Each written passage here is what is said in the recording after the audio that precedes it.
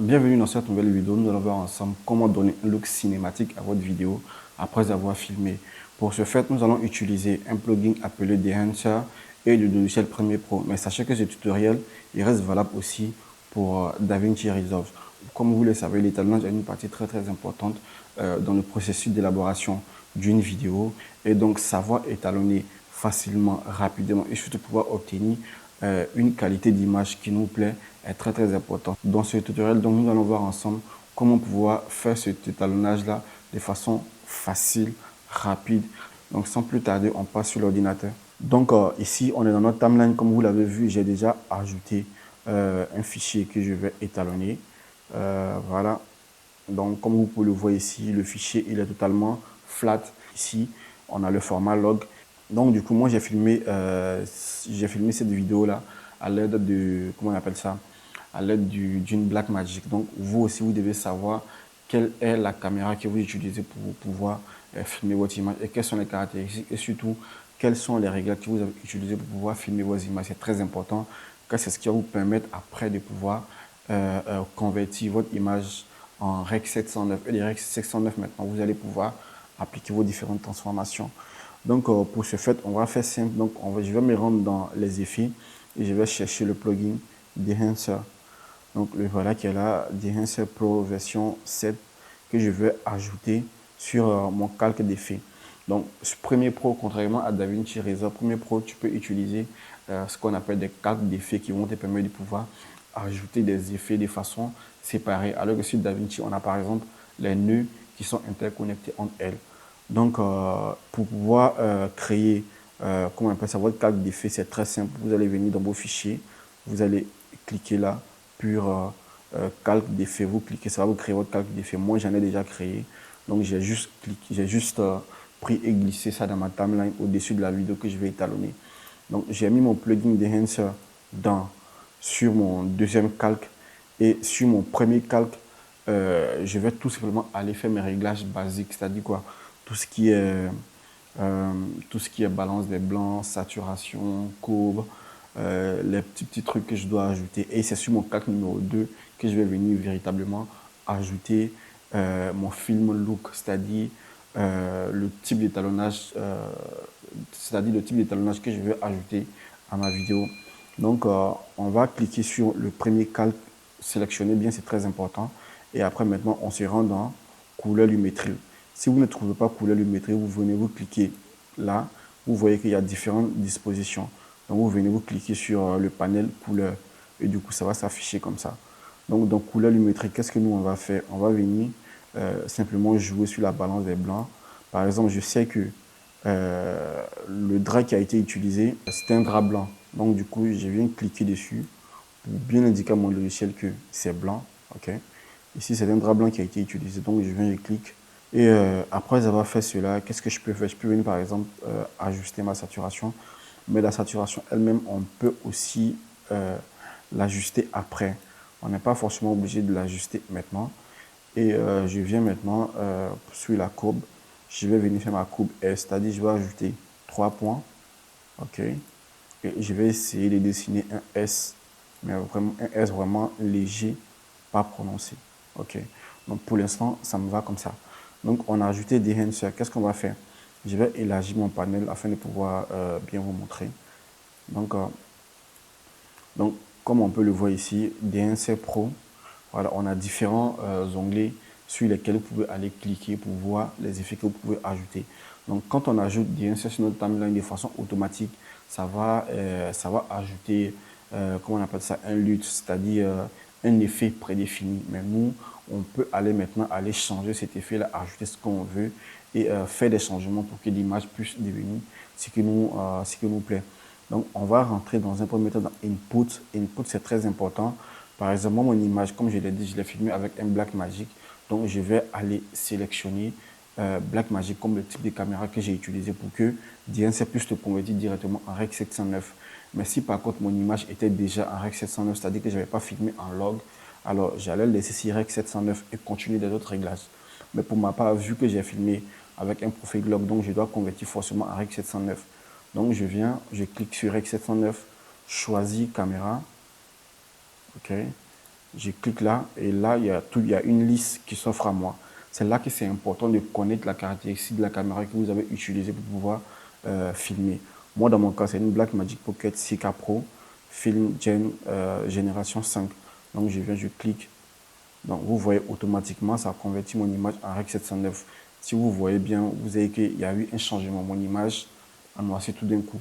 Donc, ça veut dire que ça a été converti maintenant en espace colorimétrique Rec 709. Donc, je vais pouvoir aller maintenant ajuster mes différents réglages. Donc, vu que j'ai filmé par exemple en RAW, l'avantage c'est que vu que mon image est sombre, je peux aller pouvoir augmenter l'ISO sans dégrader mon image. Donc, pour ce fait, je viens, je clique sur mon image, je clique sur les paramètres du RAW, OK. Ici, on a 640, je peux venir changer mon ISO. Voilà. Je peux changer mon ISO comme si j'étais encore en train de filmer. Alors que, en vrai, le tournage, il est fini. Le fichier gilet, ça fait longtemps. Mais je peux toujours venir changer l'ISO sans pour autant dégrader mon image. Donc, ce que je vais faire, je vais garder quand même les 640. OK. Et là, maintenant, on va faire les autres réglages. Donc, on vient maintenant. Voilà, je peux venir faire mes ajustements. Donc, l'exposition, vu que c'est un peu noir, donc voilà, j'ai un peu trop ajouté. Donc, je vais ajouter juste un petit peu. Attends, bon, je vais mettre à 1 par exemple pour voir si ça me donne un truc potable. Pourquoi pas 1,5 pour voir ce que ça donne comme exposition. Ok, 1,5, ça va pour l'instant. La température, vous pouvez l'ajuster. Si vous voulez une image chaude, voilà, vous allez envoyer ça vers le chaud. Si vous voulez une image froide, vous allez envoyer ça vers le froid. Mais pour ma part, pour l'instant, je ne sais pas trop. Donc, je laisse tel quel. Vous pouvez aussi changer le temps de, de la vidéo. Donc, après avoir fait cela, on va rentrer dans une autre onglet. Donc là, on va rentrer dans Film ici. Dans Film, on va pouvoir choisir maintenant le style d'effet qu'on veut ajouter à notre fichier. Donc, on vient, on clique et vous voyez qu'on en a plusieurs. Ok, on en a plusieurs. On a Kodak Vision 200T. On en a plusieurs. Moi, par exemple, j'aime bien le CineStyle 800T. Donc, on va chercher CineStyle 800T. Mais on en a plusieurs. Hein. Donc, voilà. Quand j'ai ajouté CineStyle 800T, vous allez voir qu'il y a eu un changement. Par exemple, quand j'ai désactivé, vous voyez ce que ça donne. Quand j'active, voilà ce que ça donne. Donc, ça, c'est avec le CineStyle 800T activé. OK. Et quand je désactive, voilà ce que ça donne. Donc, tout dépend de votre préférence. Moi, je l'active. Ok, une fois activé, bah, je vais pouvoir fermer l'onglet des films. Je vais maintenant aller dans Film Developer. Dans Film Developer, vous allez pouvoir booster certains paramètres. Par exemple, la couleur. Vous pouvez booster la couleur. Vous pouvez aussi booster le contraste. Moi, je suis plus intéressé par booster la couleur. Donc, je viens. Je me mets peut-être à 50 par exemple. Mais c'est très important d'activer en cliquant sur cette case-là, Enabled. OK. Quand vous cliquez là, vous l'activez. Par exemple, quand vous voyez que ça part, ça vient, ça part, ça vient. Donc là, j'ai boosté un peu trop parce qu'on voit que le ciel ici, c'est cramé. Donc je vais abaisser un peu. OK. On va booster un peu. Non, on ne va pas booster la saturation.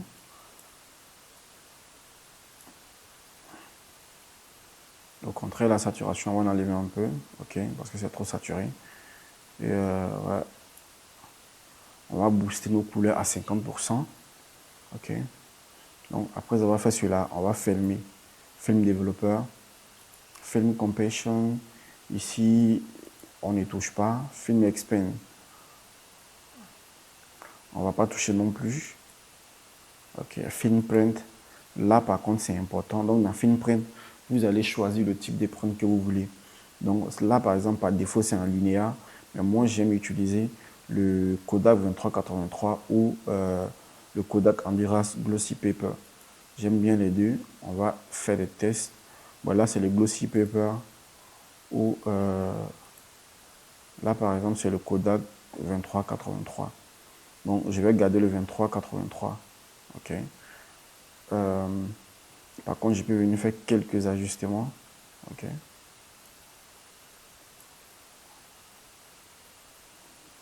Ok. Donc après maintenant, les paramètres qui restent, c'était quoi? C'est film grain. Film grain, c'est si vous voulez ajouter du grain dans votre image. Moi, généralement, j'enlève. Pour les vidéos personnelles, telles que les vlogs, les autres, je peux ajouter.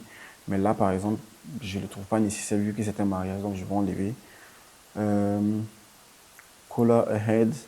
Ça, par exemple, c'est pour pouvoir accentuer une couleur spécifique. Voilà, genre du jaune qui passe au bleu, du magenta qui passe au green, du cyan qui passe au red. Donc là, par exemple, moi, je n'y touche pas. OK. Je viens dans Halation. Là, j'active. Halation, ça va venir accentuer votre image et ça va venir booster encore vos couleurs.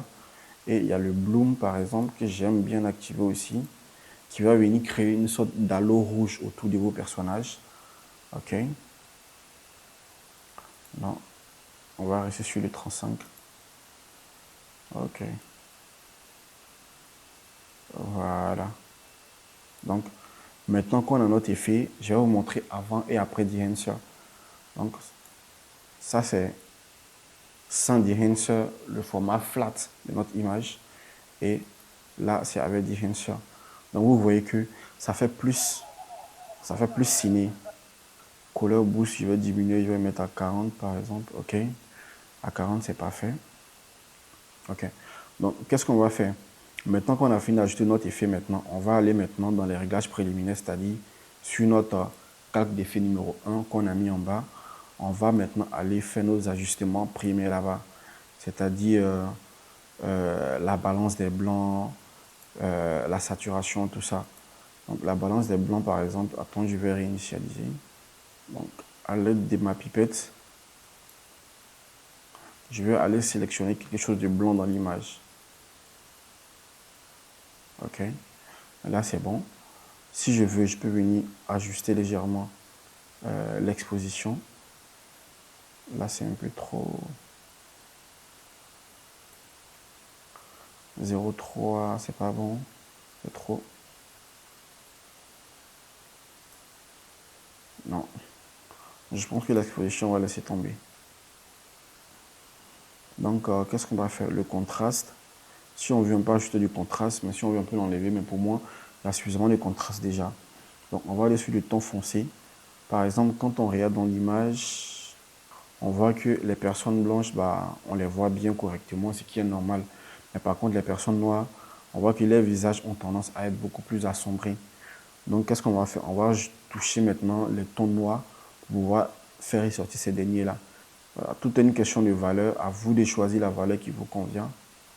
OK. 10 par exemple, pour voir ce que ça donne. 10, c'est parfait. Hein? Voilà, on voit un peu son visage.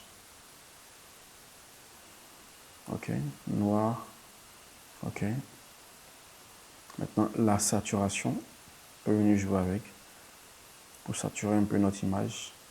OK, là par contre, c'est trop. Je vais mettre du 120 par exemple. On vérifie ensemble. OK. Mais là, j'ai l'impression qu'il y a des grains dans mon image. On va voir si on peut désactiver si j'ai bien désactivé les grains ou pas. Parce qu'il y a un peu de grains dans mon image, ça ne me plaît pas. Color density. Ok, les grains, c'est bien désactivé. Ok.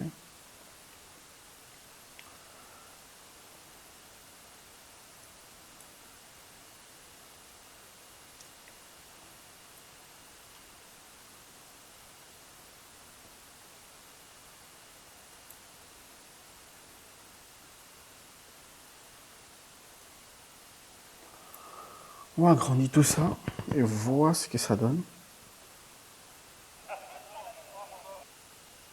Ok. Donc, on va désactiver pour voir le résultat de ce qu'on a fait. Donc, on désactive ça. On désactive ça. Vous voyez ce que ça donne. L'image, il est flat. Ok. Il est bien flat. Par contre, quand on les active, vous voyez, on a un look un peu ciné. Voilà, donc vous voyez, on a un look un peu ciné. Voilà, c'est comme si on était dans un film. Vous voyez, genre les lumières, il y a la brillance qui est là, ça brille. Tout est tout est nickel. Donc moi, perso, ça me plaît. Quelqu'un d'autre pourrait par exemple changer de style. C'est très simple. On retourne dans Enhancer. On vient. On va choisir le look par exemple. Pas ici. Non, pas dans le input. Film, ok. Là par exemple, il n'y a plus de ciné style 800. Donc quelqu'un d'autre pourrait venir prendre par exemple le Hectare 100. J'aime bien ça aussi. Je pense que ça fait bien ressortir les couleurs. Hectare Chrome. Voilà, celui-là. Hectare Chrome.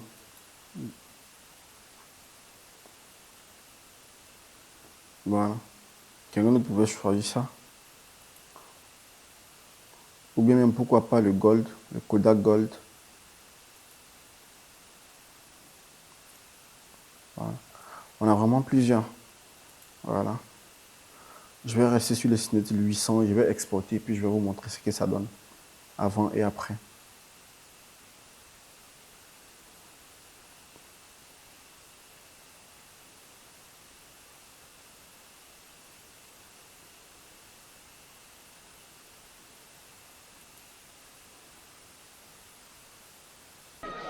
Ma no, non l'ha usato più. No, posso passare? Ma non l'ha usato più.